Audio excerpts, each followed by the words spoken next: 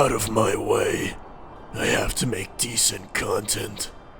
You know I can't let you do that. Suddenly you just report on drama? Convenient.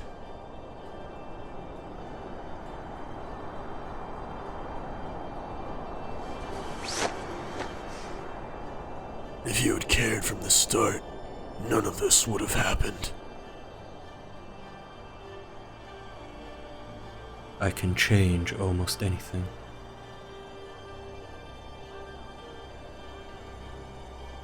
But I can't change YouTube's nature.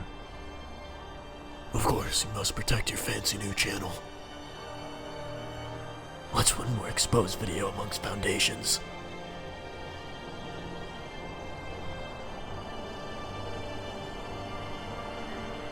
What are you waiting for? Do it.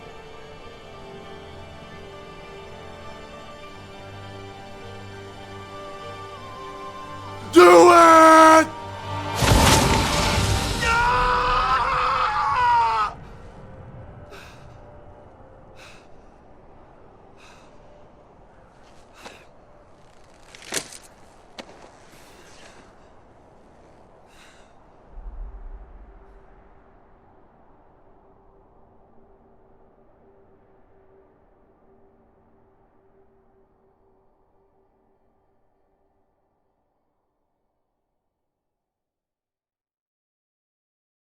You're watching Splash TV Movie Reviews, the only source you can trust to deliver accurate reviews of the hottest movies in theaters at the time of making the reviews that you can trust.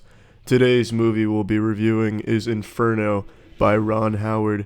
This is the third movie in Robert Langdon's adventures, the first being Da Vinci Code, the second being Angels and Demons in 2009, and since 2009 humanity has been crying out saying the same thing over and over again.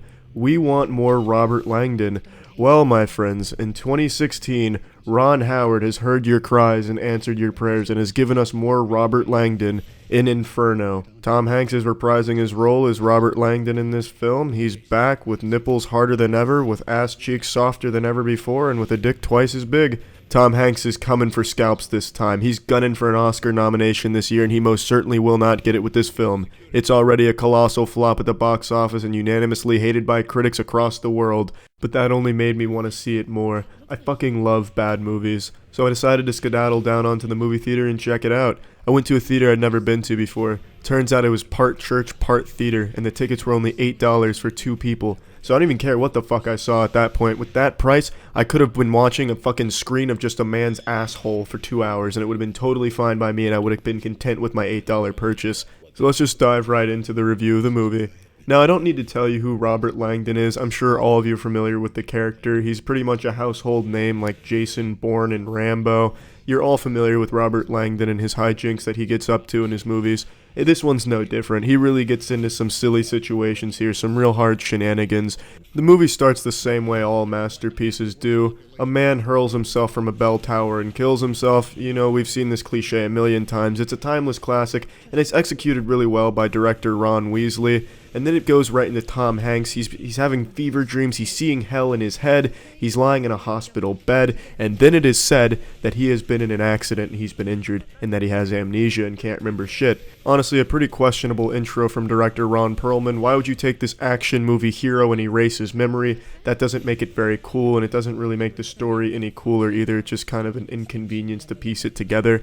Now, ordinarily in my movie reviews, I dissect the movie scene by scene, but for this one, I really can't do that because I, A, don't remember the name of the characters, or B, remember too much of what went on. It was a very confusing plot that I didn't really care too much for. I did like the general idea of it. I think director L. Ron Hubbard was onto something with his premise.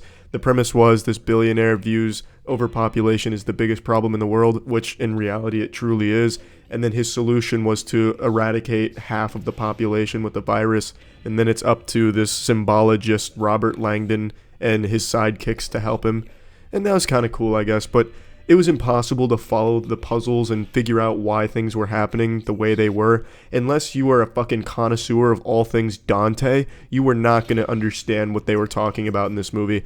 The shit they were referencing in here would stump even Dante himself. I swear there's not a single human being in existence that could comprehend and follow this plot and figure out how these pieces were falling together the way they were. It was just a series of cryptic messages that made no sense. Ooh, the anal trumpet blows at midnight, but only if the dolphin knows. And then Robert Langdon, just a light bulb goes off. Oh yeah, fuck, yes, Istanbul. We've got to go to Istanbul to the Golden Toilet and take a shit there, which will open a secret passage down into Belarus.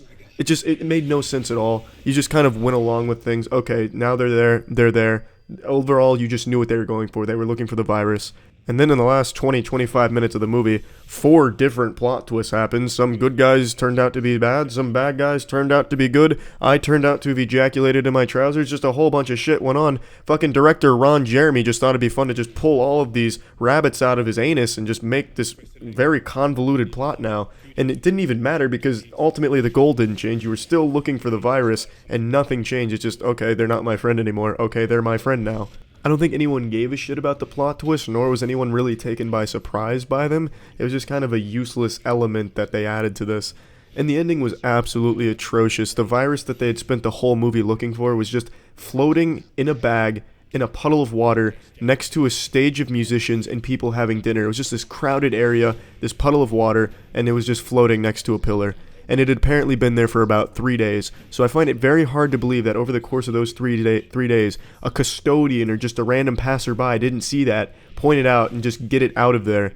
It's so stupid. This man has this super intricate plot where this virus is going to go off and, save humanity by eradicating half of it. And his plan of release is just have it float in a puddle of water and then, blow up some pillars to break the bag. That is the dumbest idea I've ever heard in my entire life. But yeah, the movie ends, it doesn't, the bag gets broken, but they manage to conceal it, and everyone's happy. And that's about it. Now, as is tradition, I'll give this a moisture rating. I'd personally give this one about a Neutrogena out of absolute moisture. Now, Neutrogena, as you know, it doesn't really do shit for you, but when you put it on your skin, it moisturizes it for the time that you put it on. You know what I mean? You take a big clump of it, you rub it on a dry spot on your skin, and it moisturizes it as you're rubbing it, but the second you're done rubbing it in, the dryness comes right back. And that's what this movie really did for me. It was enjoyable while I was watching it, it was just some mindless fun, but really, it was a bad movie, and walking out of the theater, I didn't even remember most of it. It was kind of like watching a fun movie in a different language, because I just couldn't follow why they were going where they were. But, it was fun to watch while I was there. And yeah, that's about it. Thanks for tuning in to Splash TV, the only station that'll leave you wet.